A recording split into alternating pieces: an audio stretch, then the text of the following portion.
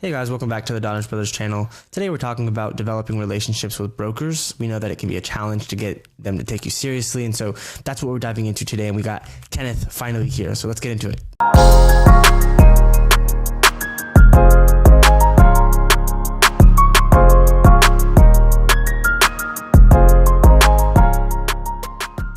Hey guys, I'm Kerwin. Hey, and I'm Kenneth Donis. And this is Jeffrey. And we are the Donis Brothers. Today we have Kenneth. We told you he was not missing. He was just underwriting deals. He's always busy. Yeah. But yeah, we finally have him here today. We're going to talk about underwriting and specifically how to develop relationships with brokers and get them to take you seriously. Kenneth, when we were first outreaching, I know I started calling brokers, and it was kind of like cold calling, different than cold calling homeowners. And if any of you cold call homeowners, you're probably aware that they're typically not going to be as savvy when it comes to real estate as brokers are. So it's definitely a different game, but it's, I would say, a similar level of fear and discomfort. Kenneth, what was it like at first when you started calling brokers without a track record, a mentor, credibility, or honestly even knowledge in multifamily? Yeah, well, first off, at the beginning, they didn't really answer a lot of times. And if they did, they just pretty much were like, who the hell are you? Yeah, well, so let's clarify. Sorry, I forgot to define what a broker is and who a broker is. A broker is essentially, I like to say, they're the gatekeepers to opportunities in the multifamily space. They're the people that are in charge of the deal. They kind of connect the seller to the end buyer. And they actually, I believe over 90% of multifamily transactions happen with a broker. So while it is possible to go directly to the seller, chances are, a broker's, what their main job is to build relationships with sellers, and then they find end buyers for the properties that the sellers want to sell. So it really is kind of like you multiply your efforts if you just focus on building relationships with those brokers instead of going direct to seller.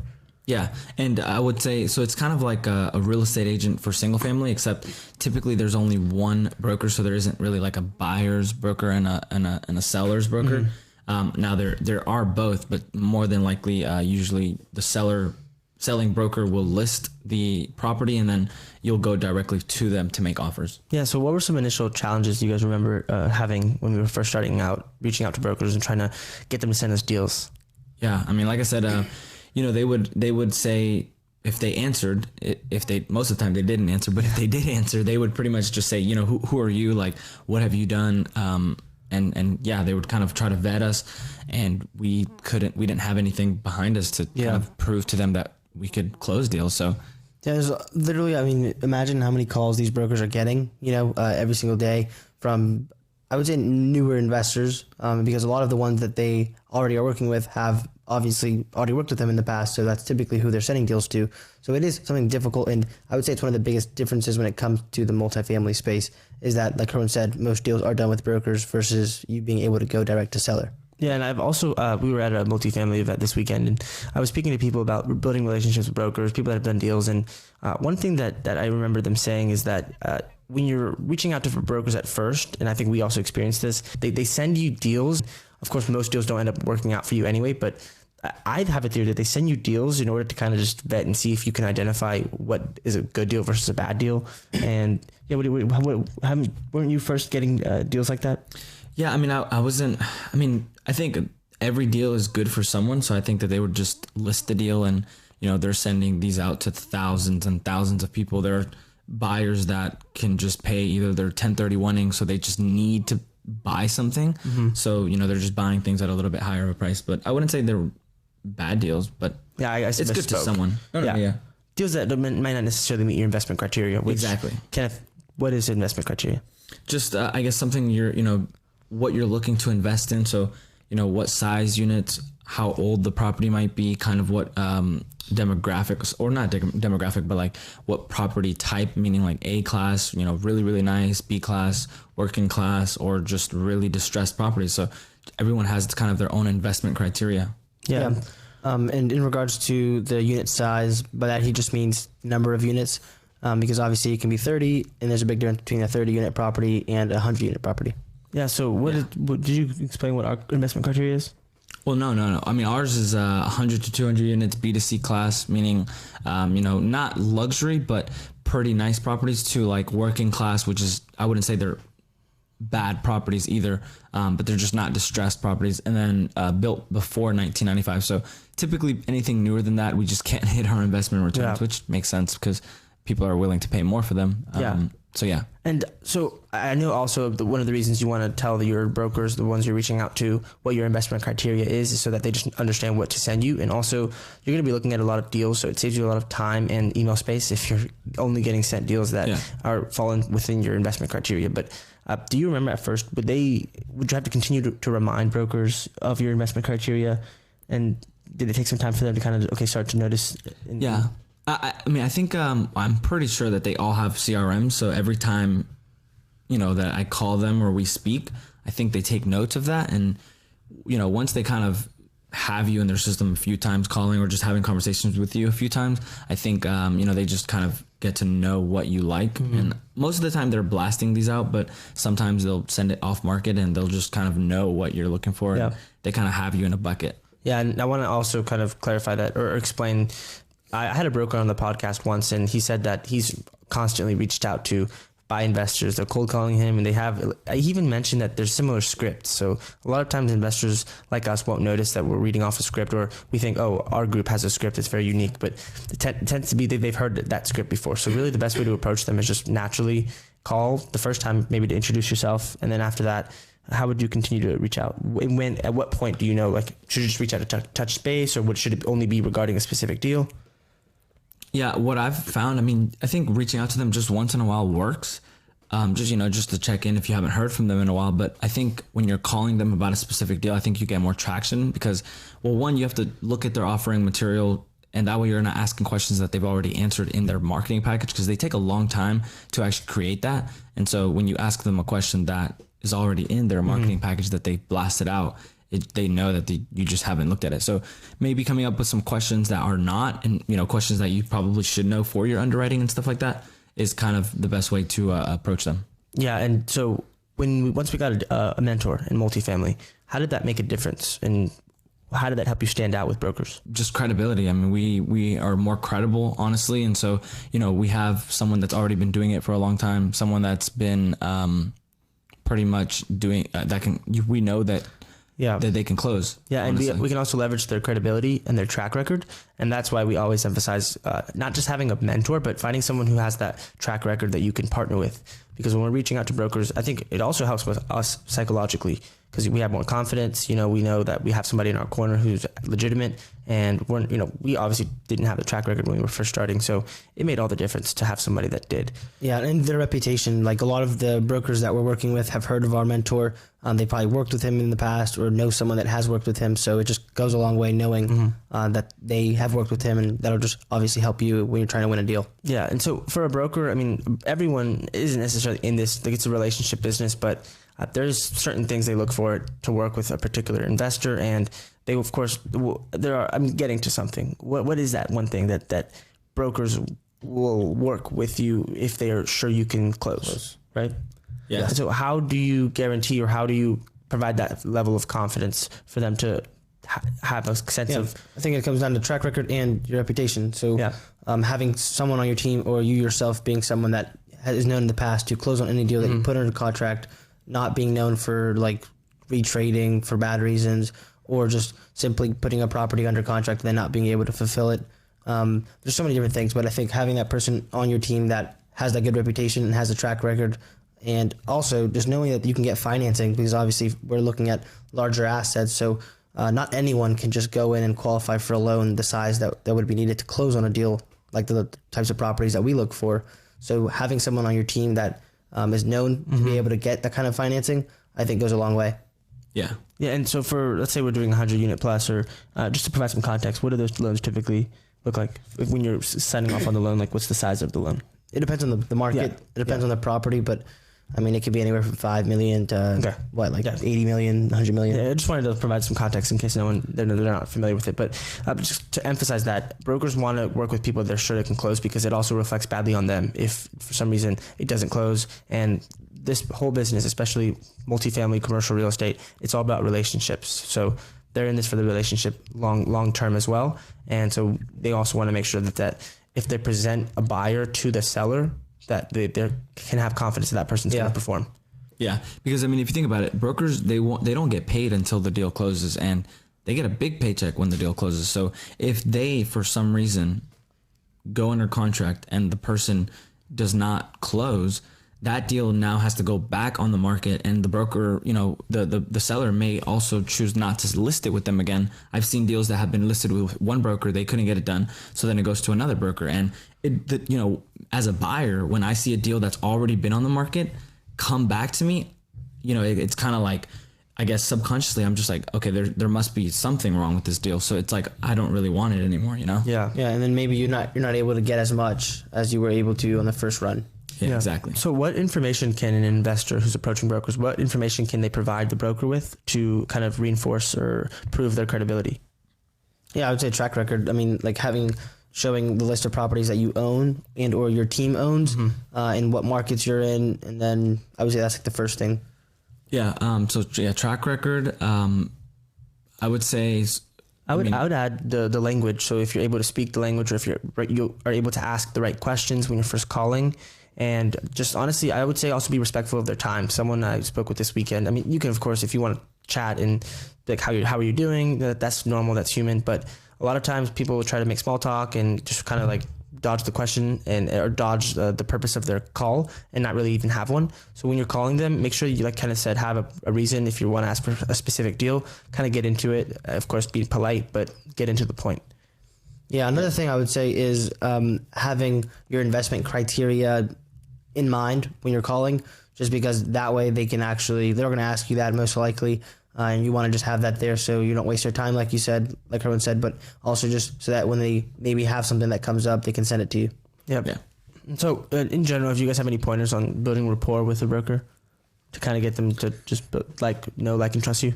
Yeah. I mean, if they're blasting out deals, they can see when you're downloading their material. So on their end, they can see that you're looking at deals. So if you're just downloading a lot of deals, I think they'll start to notice. And if you haven't, you should definitely be calling them about the deals that you're, looking at. Mm-hmm. And then of course, setting up tours, just meeting them in person. I mean, they're human. When you get in front of them, brokers, most of the time, they're so cool. I mean, they're just people that want to get paid, Yeah. So, we're all kind of on the same page, and they're people. One of my podcast guests that I had on once, he said he actually met up with a broker and played basketball with them. That was just really fun. Yeah. Some pickup ball. Another thing that you could do, Kenneth does, is when even if the deal doesn't work out, he'll reach out to the broker and let them know why, and that way they kind of get a better understanding as to what you're looking for. 1, 2, maybe understanding where you're coming from, and also that you know what you're talking about if you can break down what didn't work about the deal. And then 3, what kind of does pretty well is he actually keeps track of the broker conversations, like he already mentioned, through a CRM, and then you follow up with them maybe bi-weekly or once a month just to stay in touch and see what they have. Maybe they did forget about you, which is okay because they're talking to a lot of people, but the more you talk to them, the better the relationship gets, and then hopefully one day you're one of their go-to guys when they get a good deal. Absolutely. And something that Bo Berry, author of Multifamily Investors Who Dominate, he's actually going to be, by the time this episode releases, I probably would have already released the episode with him, but if not, he's going to be a guest on our show. And so we're really excited to have him, but he talks about the book. It's essentially just discusses how to build relationships with brokers and get them to send you good deals, or just deals in general, and get on their exclusive list and really build that rapport. And one thing he says is the number one way to develop a good relationship with a broker is to meet them in person. And that's something that we have actually begun to implement, and we're always sending Kenneth out. That's why he's hardly never here for these calls and these episodes. But Kenneth, how has that helped you, and just why is it so important to get that face-to-face time? Yeah, so we were at a conference one time, and it was like the MFI event or something, and we met a broker, and he was like a young guy, and I didn't really know who he was at first, but we just started talking about hockey, something random, and we just started having a really good conversation about nothing to do with real estate, but eventually follow each other on social media, and Kenneth has actually had a lot of people that are brokers follow us on social media after meeting them. And the one thing that comes to mind when I think of that is you just want to be human, authentic, and then just talk about things that actually interest you. If it's not real estate, that's fine. If anything, I think that's even better than real estate because it's going to make them stand out. And then, I just building that personal connection, I think comes from speaking about things that you're actually passionate about. And if that's not, it can be real estate as well, but other things that they kind of find in common, that you have in common with them, I think that's just going to bring that relationship to become something more strong. And I would say that you can use that like approach when you're meeting them in person. maybe don't do that when you're on the phone call. I mean, of course you can make small yeah. talk, but on the phone call, if you're talking about a specific deal, I would just kind of keep it focused on that. For sure. But if you're meeting them in person, absolutely, get to know them. They're they're human. But Kenneth, how has that impacted our business or helped our deal flow? Yeah, I mean, once, they, especially if you're driving or flying to these properties, I mean, that's when they know that you're real, because you're obviously spending money before even winning the deal. So just getting in front of them, I mean, they of course appreciate that because it makes them look good, but not only, they just get to meet you. Like my brother said, they're people, they're human beings. Whether you win that deal or the next one, they'll know that you're actually looking, which is good. And you just get to know them. And think about it. Like Kenneth we live in North Carolina. Kenneth goes to Georgia all the time to go look at properties. And imagine like being the broker on the other end, where this guy keeps coming back, and we're not winning. There's most of the deals we're not winning, but he's spending his time, his money, his effort, and it's not like he's going to stop. And they know that. They see that he's consistently coming back. So it's like, wow, they said, I really do appreciate you coming out. Yeah. And I think that just builds that really strong relationship, shows him that you're serious. And it's like, this guy's here to stay. Yeah, absolutely. And so we do go out and see properties on property tours. And I think that can be scary for some people on the first property tour. They're not really sure what to ask or what to do and not to do. So I was just really hoping you guys could share some insights into what some of the do's and don'ts of a property tour. Well, I'll touch on like how you can even get on a property tour. So if you can find, and this is all comes back down to your network and building a good team. If you can find people that are already doing deals, maybe you could go out with them on a property tour and then take notes on what questions they're asking, what kind of things are they talking about, what kind of, just really pick up on small things like that. And over time, now you can go by yourself. And that's kind of what Kenneth did. And he can kind of tell you some tips on how he does it. Yeah, I mean, I go out and I just want to see putting your eyes on a property. In the pictures, it might look like something, but then when you get there, you're like, whoa, like this is not what I saw in the pictures. It's always the good pictures. Yeah, always the good pictures. And they're never going to take pictures of the bad areas. So you just want to take into account big items like siding, roofing, anything you can physically see. Take a look at the amenities. Do they need more work or do they need amenities? Can you add pool furniture? Can you add, like community grills, a dog park if they don't have anything? So just finding ways that you think you can bring the deal value that's not already there. How does the landscaping look like? Do you need to cut back on trees? Like things like that. And then of course on the interior of the units, sometimes we go in and we're like, okay, these cabinets are done. Like we need to get rid of them. Sometimes we're like, okay, the cabinets are good, but the faces are ugly. We can change the faces and spend like $1,500 to $2,000 versus spending like $5,000 to replace the whole cabinet. So we save money. So we're trying to pretty much maximize the amount of rent we get by spending the minimum amount. Yeah, and I would say that's important because, of course, that might not be directly related to the broker, but if you're able to speak that language and ask the right questions and notice certain things and bring it up to the broker, then that really helps with credibility with the broker and also just shows them you're serious, you know what you're doing. Yeah. And if you guys don't maybe feel comfortable yet with that kind of language and even know what questions to ask, podcasts and books YouTube. And having conversations with other investors at meetups and conferences, that's how you get comfortable with that language and just get used to being around it. And then eventually you'll start to ask those questions as well. Yeah. And honestly, just going on tours of deals that you're not even interested in, if there's deals that are close to you, just go tour them, just go look at them, go walk them. You might be nervous at first, but honestly, you walk in, you just got to think you're the shit when you walk in, and that way you have that confidence when you walk in. It's all perceived confidence. Yeah. And so something you'd like to do as well, and I think we understand the importance of it, but maybe somebody else won't. Why do you take property management companies with you on tours sometimes? Well, I mean, sometimes we do, sometimes we don't. If you can get them, they know more about the market. So they are the ones that are going to be running the property. So they have insight of things, that I mean, most of them have been in business longer than you've likely been in real estate. So they just know knowledge. Plus, it's credibility. But not to say you don't have to go on a tour with them. But it helps. But it does help, yeah. Yeah. Just that way they can get their eyes on it too. And I know if you're at a point where you're getting emails from brokers and they're sending you deals, it's really easy to get lost in not ever respond to their emails. But why do we make an effort to make sure we're responding to every email, even if it doesn't work? We're explaining why that deal doesn't work. Why is that important?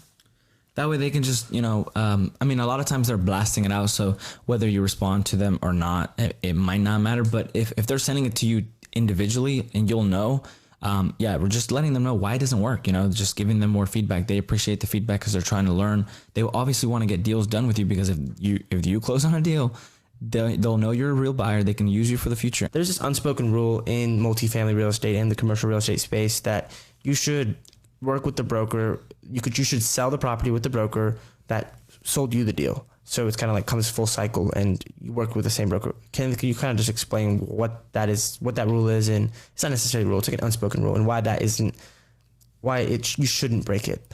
Yeah. So, so that's one thing we came across, if a broker gives you a deal, they not expect, but it's like an unspoken rule that you'll sell the deal with them. So if a broker is able to win a property, basically, they're able to have that listing forever and ever, or until another broker comes and just has a better relationship, I guess, with the seller, or however, it's definitely an unspoken rule, but it's definitely a rule that we've come across. Why you shouldn't break it: if you do sell it with someone else, the broker, it might rub them the wrong way, although it's not something set in stone. So, they just might not send you any more deals. And they talk. It's not that big of a space, so it can look bad for you as well, and look poorly on your own reputation. Yeah. All right. Well, if you guys have any final tips for anyone to reach out to brokers, and tips on building relationships with brokers, developing credibility, and making sure that they get more deal flow so they can close on their first or next multifamily deal or real estate deal. I would just say keeping track of the brokers, using a CRM, and then following up with them consistently. You don't always have to call them, but Kenneth does a pretty good job of actually speaking with them on the phone, and also just understanding that you're going to build a better relationship if you're actually able to go and meet them in person. That's just something that most people say, and honestly has worked for us as well. So that's what I would say. In an investor CRM like Podio, it's free. It's just a place where you can store, it's like a leads. You can store all of your contacts and information. You can store their numbers. You can keep notes, their names, what brokerage they work for, just so that way you can keep touch and you don't have to store it all in your head. Yeah. Anything, Kenneth? I would say be persistent. That's my tip. At first, they're probably not going to be as eager to speak to you. That's just kind of the nature of the business. But if you continue to call them, I think Kenneth said it was some time until they started remembering his name. And he would always have to remind them, I'm Kenneth. I work for Donis Investment Group. So it just took some time to get them to remember him. But now, they're on a first name basis, and he's building really good relationships. But relationships take time. So be patient, be persistent, and be stubborn. Yeah. And eventually they'll start calling you. Yeah. And saving your contact information. So when you call, they'll just say, "Hey, Kenneth, how are you doing?" Things like that. So yeah. If your name's Kenneth. Yeah. If your name's Kenneth. Awesome. Well, if you guys have any questions about building relationships with brokers, or if you guys actually go direct to seller, we'd love to hear what your insights are, or if you have any tips for either one, let us know. We'd love to hear from you. And if you guys like this episode, please make sure you share the episode, you like and subscribe to our channel. And make sure you tune in. And Jeffrey, where can they find us? Yeah, you can find us at Donis Brothers on all platforms. Our website is www.donisinvestmentgroup.com. Check out our podcast if you're interested in learning more about multifamily. The Real Estate Monopoly Podcast is the name, and it's on any podcast aggregator out there. And then you can follow me at Jeffrey Donis on all platforms, and you can follow Kenneth at Kenneth_Donis. And I'm at Donis Kerwin on Instagram. And if you want to check out our playbook that dives into the 5 common mistakes investors make, that's donisinvestmentgroup.com/playbook. So thanks for tuning in, guys. We appreciate your time, and let's get out there and take action. Yeah. Have a good one. Have a good one.